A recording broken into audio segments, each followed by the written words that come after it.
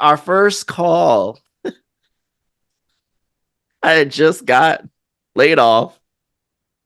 2 days later, I'm in a whole other state I've never been in. I'm in the middle of nowhere. And this girl said, she really literally sent me an email with the name of our business on it as the other one ended. Like it was poetic justice. It was the weirdest thing I've ever seen in my life. And I'm like, yeah, we got a meeting like now.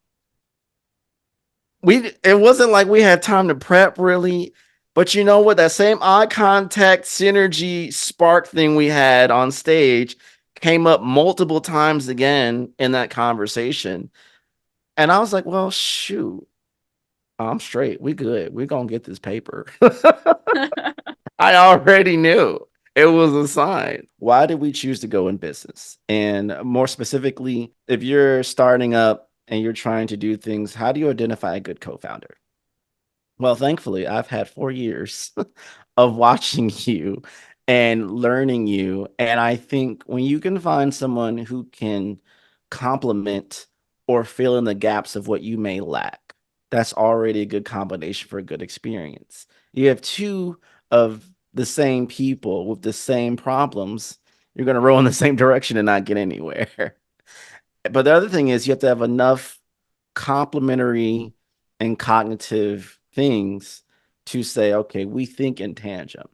And so I think we both identify in many ways there's some neurodivergency. We have very high extroverted energy.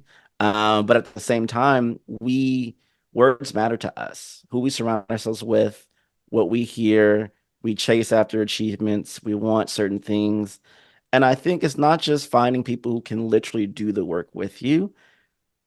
Does the energy align with the goals align the same way? And I will tell you this, you can learn a lot about a person if you just happen to be a co-host with them on stage for a week. I tell you, and we may go We deeper gonna whether drop this some tea or not? we may go deeper in this episode or future episode segments, but the one thing that screams out to me throughout all the adversity, it was like, this is my person who's going to help me navigate this. We got this together and we're going to be unwavering. And no matter what happens, we're going to put on the best show we can possibly can. And the moment that screams to me is when I think it was our third of our the third Oh, of I the know fourth exactly what you're time we talking went to about. the stage and we had to make some last minute changes. You know, normally after day two, you're kind of like you get this rhythm. But for those who don't understand, when you're on stage and you get in the habit of reading certain things, you don't think to like tweak at all sometimes. And it's just kind of like whatever. So there was a moment where something wasn't right. And for us, the pause felt like an eternity. And we Yeah. made this eye contact moment. And it's like, I just knew. And we were just like, okay, we're going to keep this going. And I asked everyone after the fact, and they're like, it looked great. You dolls did great. It was awesome. And I find that's very rare. I ask a lot of people about that. And I find it's very rare you can make eye contact with someone and it's the energy, the emotion, the very clear thought is being transferred. That doesn't happen as often as people think. And you really have to have a strong connection to have that. And when I had that, I was like, okay, there's something here. Because we ad lib some of that very Yeah. smoothly. My point in saying all this, you want someone you can trust, someone who you have mutual respect for, mutual adoration for, but someone who can be a problem solver with you. And that hey, giving us, we're like, I don't want to say Batman per se, because there's a Batwoman too, but just the concept of give us enough time I think and it's some solution Catwoman. will be found. Is Catwoman with Bat? I'm not. There's the Maybe Batman, that's there's Batwoman that's come up recently, and okay. originally it was Catwoman. So So I yeah. thought, there we Mhm. go. I got claws. Joking, I don't. I mean, maybe. But and the thing with that is I had that week was just a lot of new experiences in the sense of or new environments with same experiences. And I think to what you were talking about, we both were, and correct me if I'm wrong, but when you were like growing up, did you like do musical theater or like Yeah. theater stuff? Yeah. And so did I. And that's way different than hosting or emceeing because when you're doing that, that's a script and you memorize it and you have practices and you have tech week and you have all of that stuff and you're supposed to be a certain way and you have this character to play. But when you're emceeing and hosting, the only character you're playing is yourself and you have to show up that way. And also know the brand that you're highlighting or doing the things for and kind of having that in the back of your head too in that audience. And so instead of the character of Adelaide, I think her name is from Guys and Dolls, and you know like what that's supposed to be. But when you're hosting, you don't. And so having that and then that connection and having like the I know exactly, I literally am thinking of the moment right now of when we looked at each other. I was sweating so bad and I was like, oh my God, we're gonna get kicked off the stage right now. And it was but it really obviously wasn't that bad.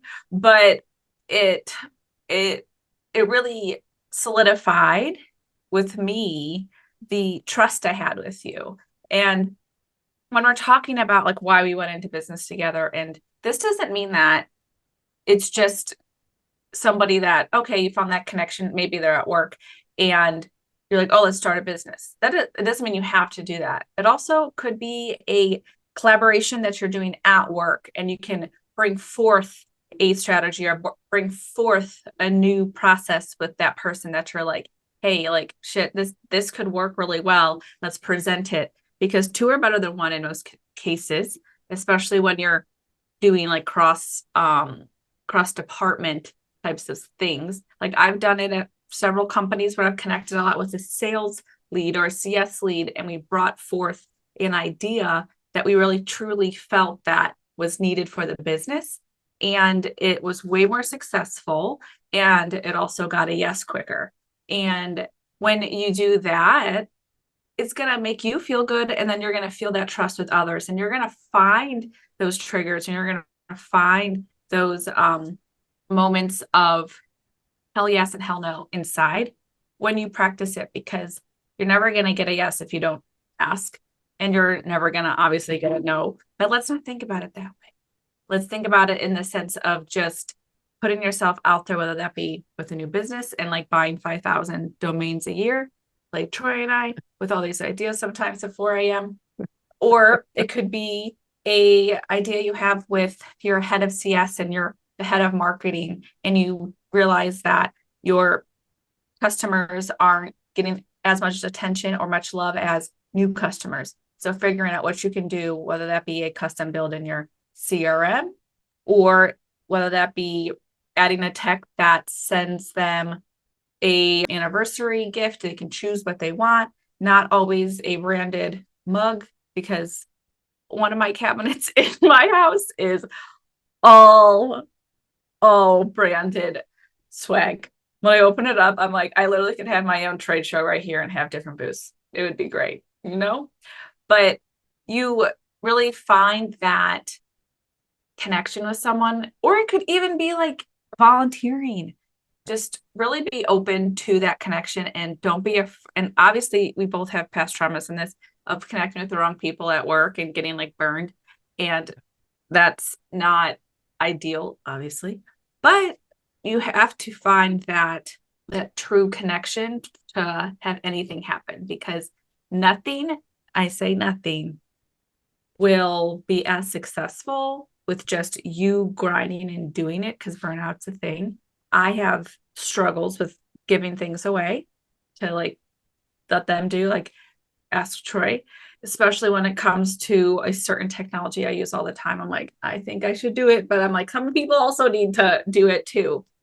Letting go, but also letting go of the stigmas you have in your mind over connecting with people and partnering, because you want all that credit. Like you're going to get credit regardless if it's one or two people doing it. And with two, you could, if you think about it in the sense of reach, two people say you want to talk about on LinkedIn, that's a bigger audience and you'll get more recognition if that's what you're looking for, if you just want to do it yourself.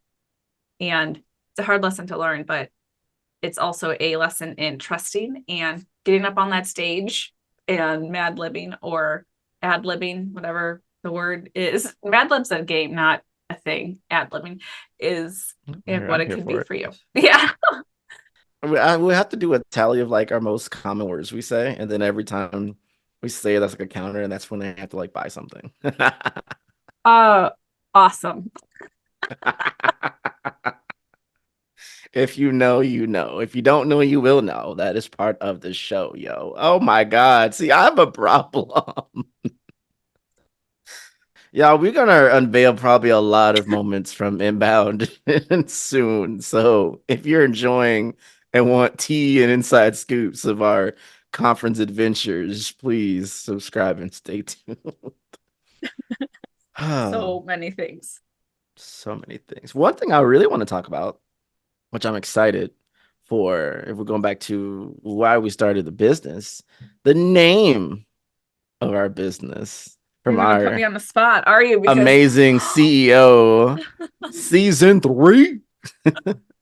What in the world did that come? Where did that come from? And why is it important to you? goodness gracious.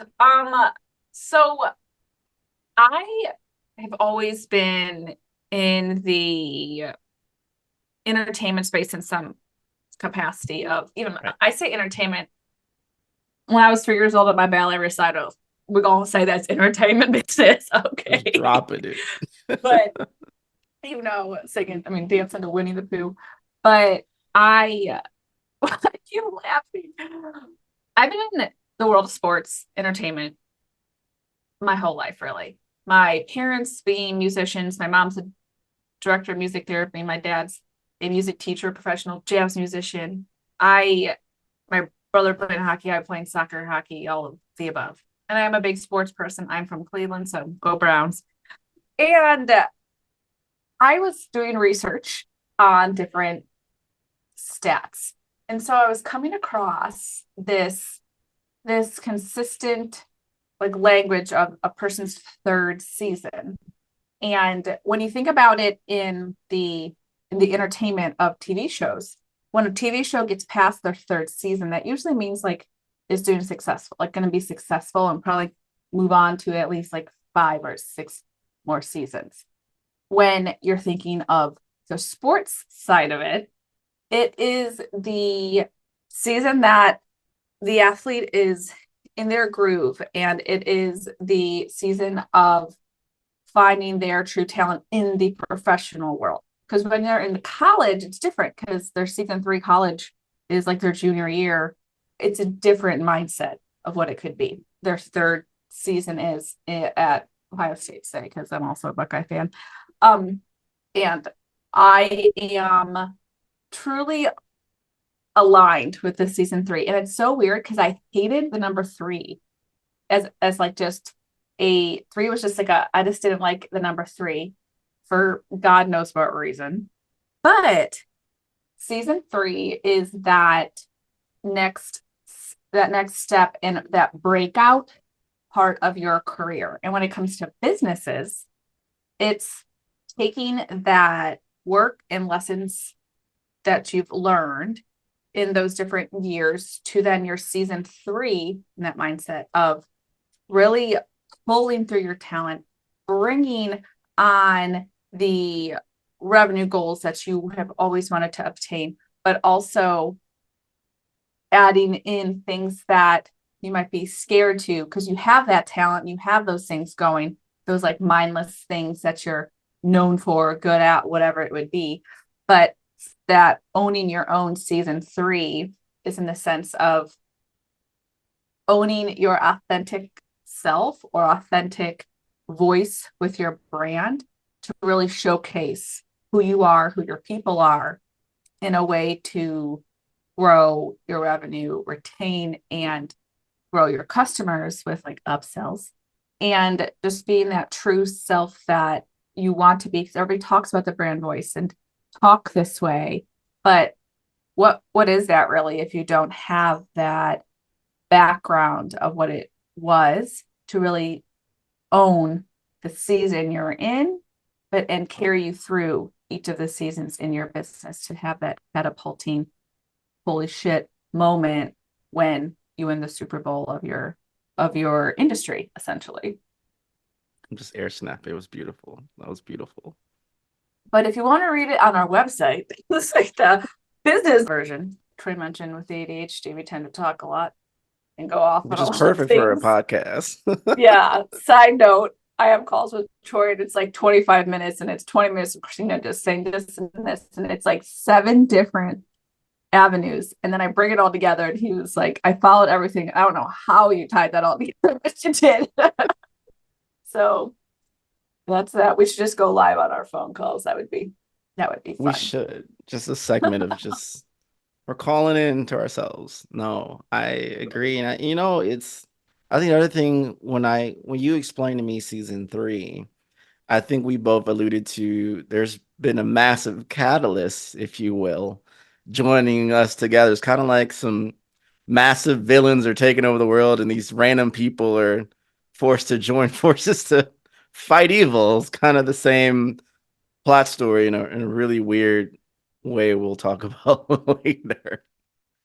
But I think God, I can't do this. I think I've always been seeking that next level of transformation in also finding balance. I've always traded time for money. I've always built other people's dreams and might have gotten cut out the deal or whatever the case might be. If you've been around long enough, you will get burned in these industries. You will be let go, you will be laid off. And over time, you'll discover this is something you really want to do. You'll find that resiliency, even at times when you can't even explain why you're getting back on the bike, just stay down to continue. And for the longest, I, I disassociated having fun with work. Work was a stress induced, high anxiety thing where I have to get this goal of money. And that was Yes. it. And then when you have a break, all you're doing is thinking about it. And you're wondering the politics and how am I going to do this?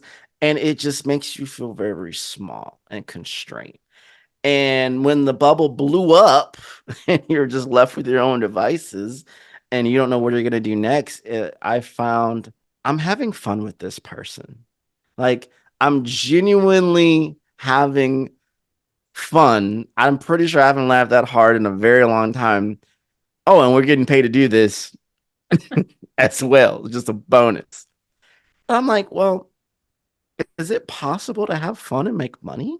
Like, Imagine you have that. all these coaches, right? You have all these coaches who get on these things. No shade to real coaches. We respect y'all, but there's bad eggs in every industry who just basically create this path for you, and most people never break through. Not to mention women specifically, women of color, underrepresented communities, minorities, those who don't have the access, who don't have the understanding, who aren't in the cliques, who don't have the startup cash to get going, who have to work 2 jobs, who came from nothing, from blue collar families, things like that. They give you these things and they take your money and they can't do anything with it. And so how we joined was just not only in personally, I want to have fun. I want to do what I love. I want to have someone keeping me accountable and saying I can. But then also our impact of like, you know, I bet you if we force brands and propose brands a better way to do marketing, to be more inclusive and have more equality and equitable and inclusion and diversity, and awareness and accessibility and all of those things, it would not only help them generate money still, but it'd be in such a better light. It would feel better. More people come to the table. And one thing I will give you all the credit in the world for, but I feel comfortable to share this. There's another dynamic here where we are much the same, but very uniquely different. And I always find that my walk of path as a Black man in business versus your path as a woman in business creates mutually similar struggles, but different dynamics. And to see you persevere through those and still pull off one of the best things I've ever seen in a week just showed me how strong you were and how like it's almost like I can't let this person down because this person is giving it all they got. I cannot. I have to make sure they shine and are successful. And if You make you me as cry. a co-founder, I need tissues. If you as a Yeah, I'm like, shit. co-founder or a partner or a business group don't feel not just I'm in it for me, like you want them to win. And so us not just learning, and this took years, us just learning us. You know, we know our enneagrams are. We use that daily. Like we know what type of songs we like. We have our own playlist channel of like hype songs from different Go check cultures it and out. stuff. We'll just drop that Link in for bio. listening. Link in bio for all of our things. Maybe we should drop a merchandise line. Oops, I wasn't supposed to say that yet. Anyway, my point in being when you build the camaraderie, relationships matter. And when you can build that relationship on honesty and principles and trust, it you carry that over into business. It's so crazy because, and this happened recently, I want to say like last week now, that with working with you, or just one of the reasons why I was like, okay, like let's do this dang thing. And I was quote unquote like feeling comfortable with jumping in. Well, having you jump in or jumping off, whatever you want to say it. But when so a little like business insider of just starting a business or whatever you want to say to this part, but I did not fill out our S corp form correctly, and I like got a call from the IRS about it, and I was like, shit. And I was old me if it was someone I was supposed to do it for a corporation that I was the VP of marketing or whatever for, I would be so scared to tell the person that I did like effed up, but not like effed up, but I didn't do it right and I need help. I felt 1000% comfortable with telling Troy that. Because one, I know Troy's amazing at growing businesses, building businesses, starting all businesses, stuff like that. And two, though, felt fine that he wasn't going to judge me and be like, oh, this dumb broad did it wrong. And I would just be like crying and so upset. It would probably have been days of me being upset over just saying I did wrong, but I did it right away. And it says a lot about who we are as people now and where like we've grown, but also who we are as business owners. And then also how we are with customers in that very truthful state of being, because if you mess up or if you do something and you don't say anything right away, it's just like a kid drawing on their wall with crayons, or maybe something that's more permanent than that. If you get to it sooner, it'll be easier to clean.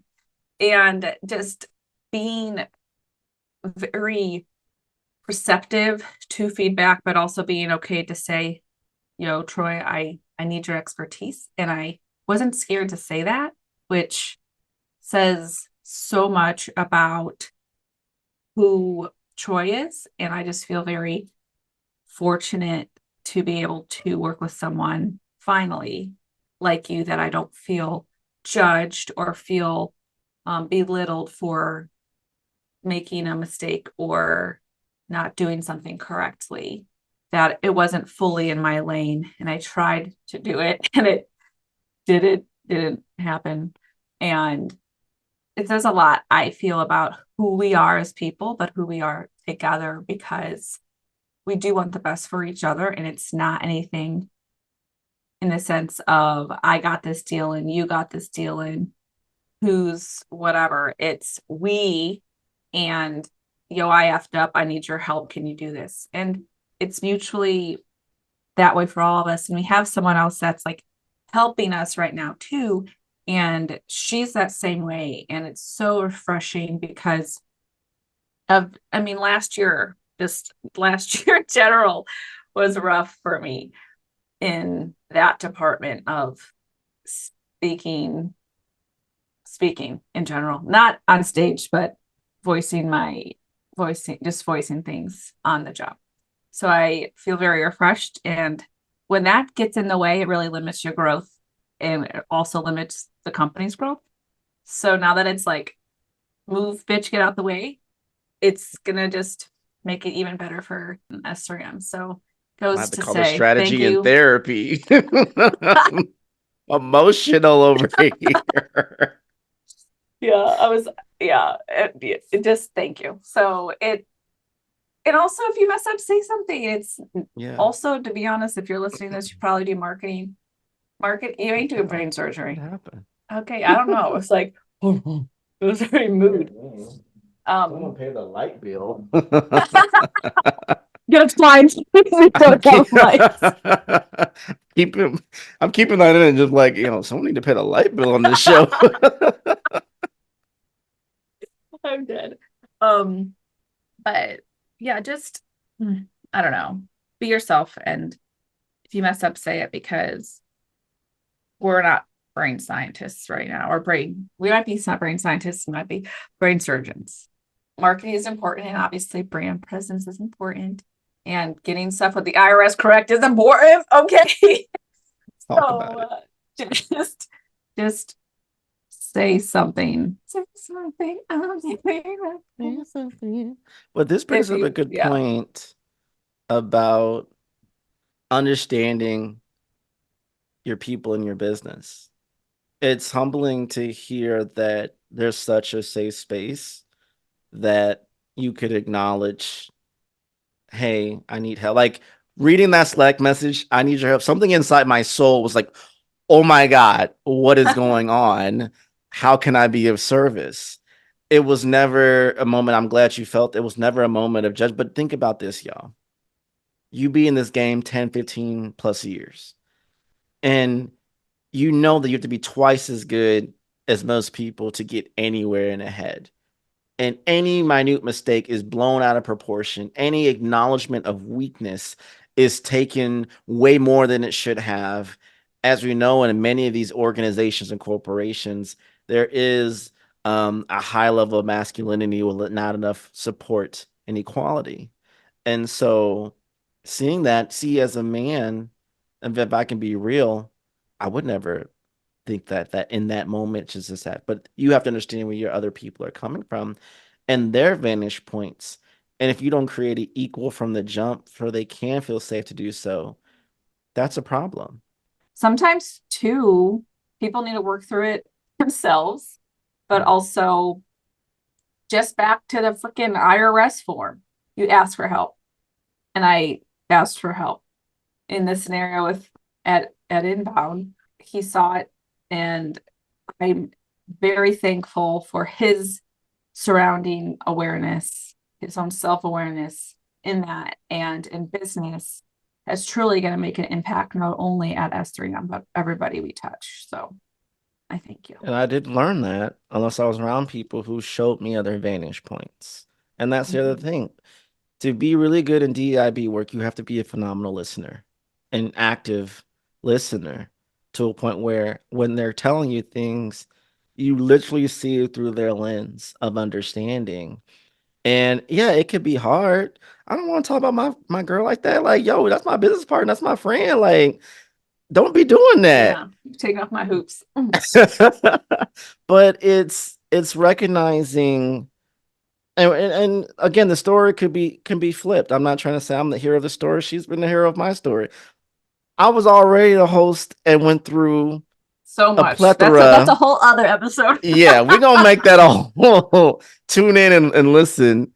But I already went through a lot there, and then having to go through again with imposter syndrome of again, you're not worthy to be on this stage. Who do you think you are? Why are you here? Give me them names. I should probably pull a Jimmy Kimmel or a Jimmy Fallon, read my tweets, read my DMs during those period one of these days. I'm like, ooh.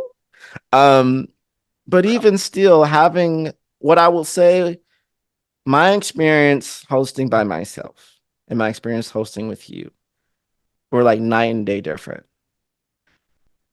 It was the load was spread and you had someone to lean on and someone who you can talk to at the end of every day, decompress. And I will say this, I people think the more you do something, sometimes the easier it gets. Sometimes it can be the exact opposite.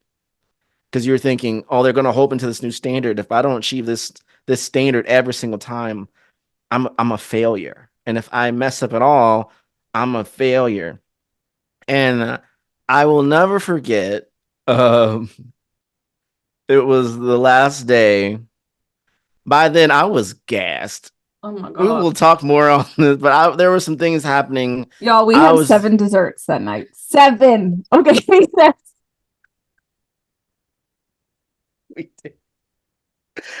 I was emotionally drained that day, and um, caveat: men do cry, so I'm just putting it out there. And it was like we had this built up the whole time. I don't know if it was before I got to the cookie or the ice cream, Oh, the creme but I brulee. just started getting massively emotional. And I got emotional because I felt two things. The thing we talked about earlier, did I not do enough for you during that week? Because I'm thinking if it was my sister or my partner or my mother or whatever, you won't want no one to whatever feel some type of way. And then two, my own personal battles of just existing and not wondering if I was enough that whole time with my delivery and not being HubSpot Elite OG, constantly being reminded of every moment I took the stage. And I'm those going. messages in the back of your head. I'm just gonna leave it there. And I again, I'm a pretty reserved person, but to be able to just release my emotions and express myself in ways that most men probably are told in business just to lock away. Emotions are not weakness.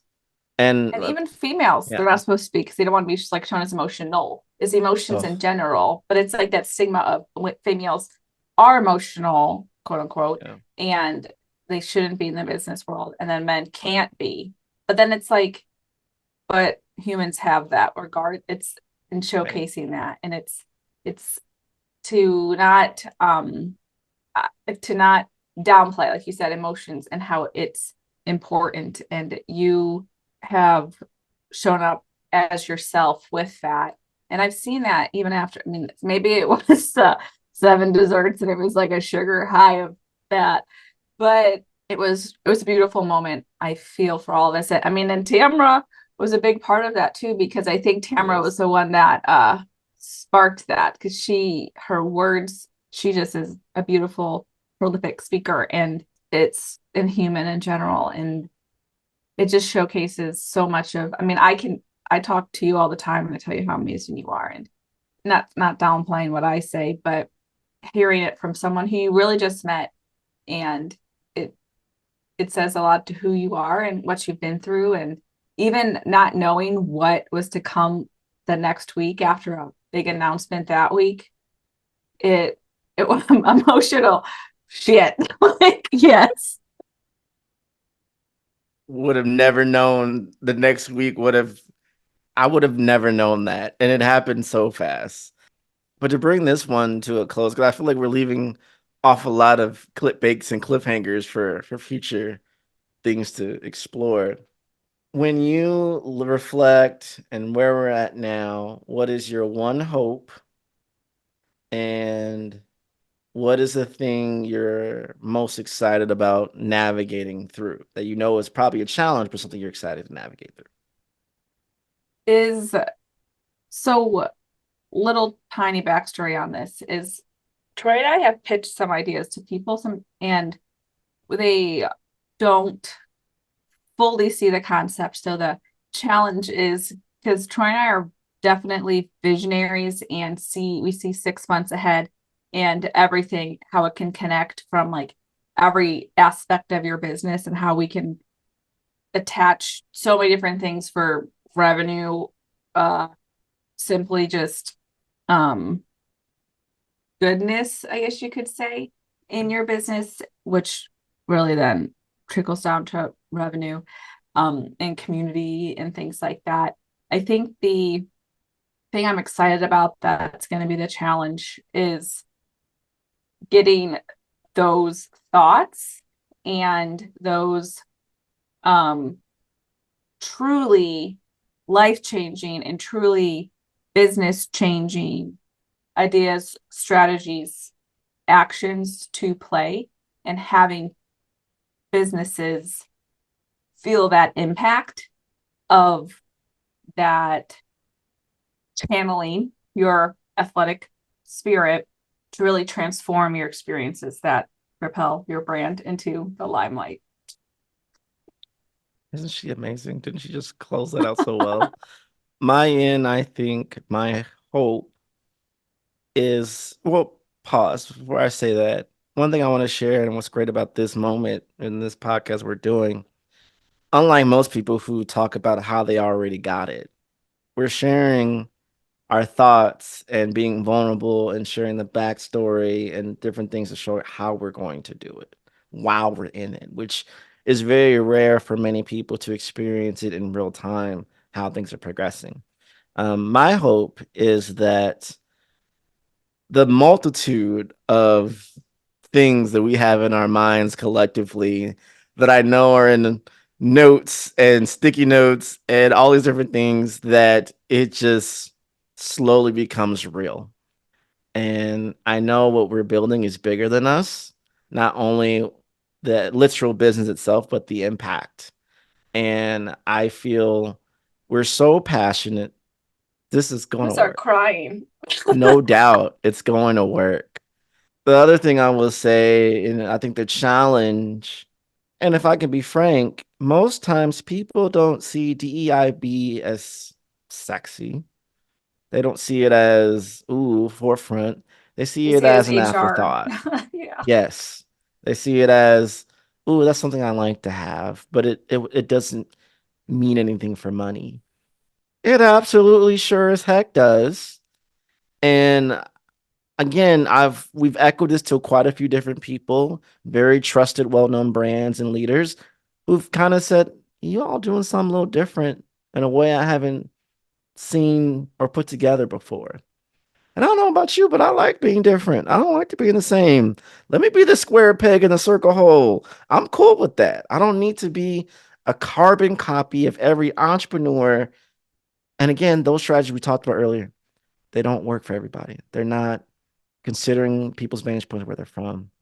So my hope is not only for this to work and everything, but I think and this, I'm not gonna cry, but for once in my life, I want to do something with someone that we own it, we have control of it, and we have fun doing it while We also can say making no. money.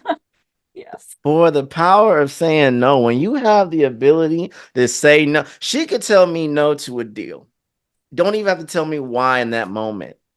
I ain't gonna flinch. I'm like, well, it wasn't meant for us. I ain't going to. She can tell me later if she want to, and that's powerful, y'all. That is powerful to say no. Oh, you don't identify with our standards. Oh, we're gonna turn down a $1.4 million deal because you don't align with our standards of how we want to impact and how we want to operate business. You're not going to stronghold us because we're a minority owned and operated women led organization and think, oh, they'll take anything. Because Oh, exactly. no, we have standards, sweetheart. Mm-mm. And you ain't up to it. And on that note, is out.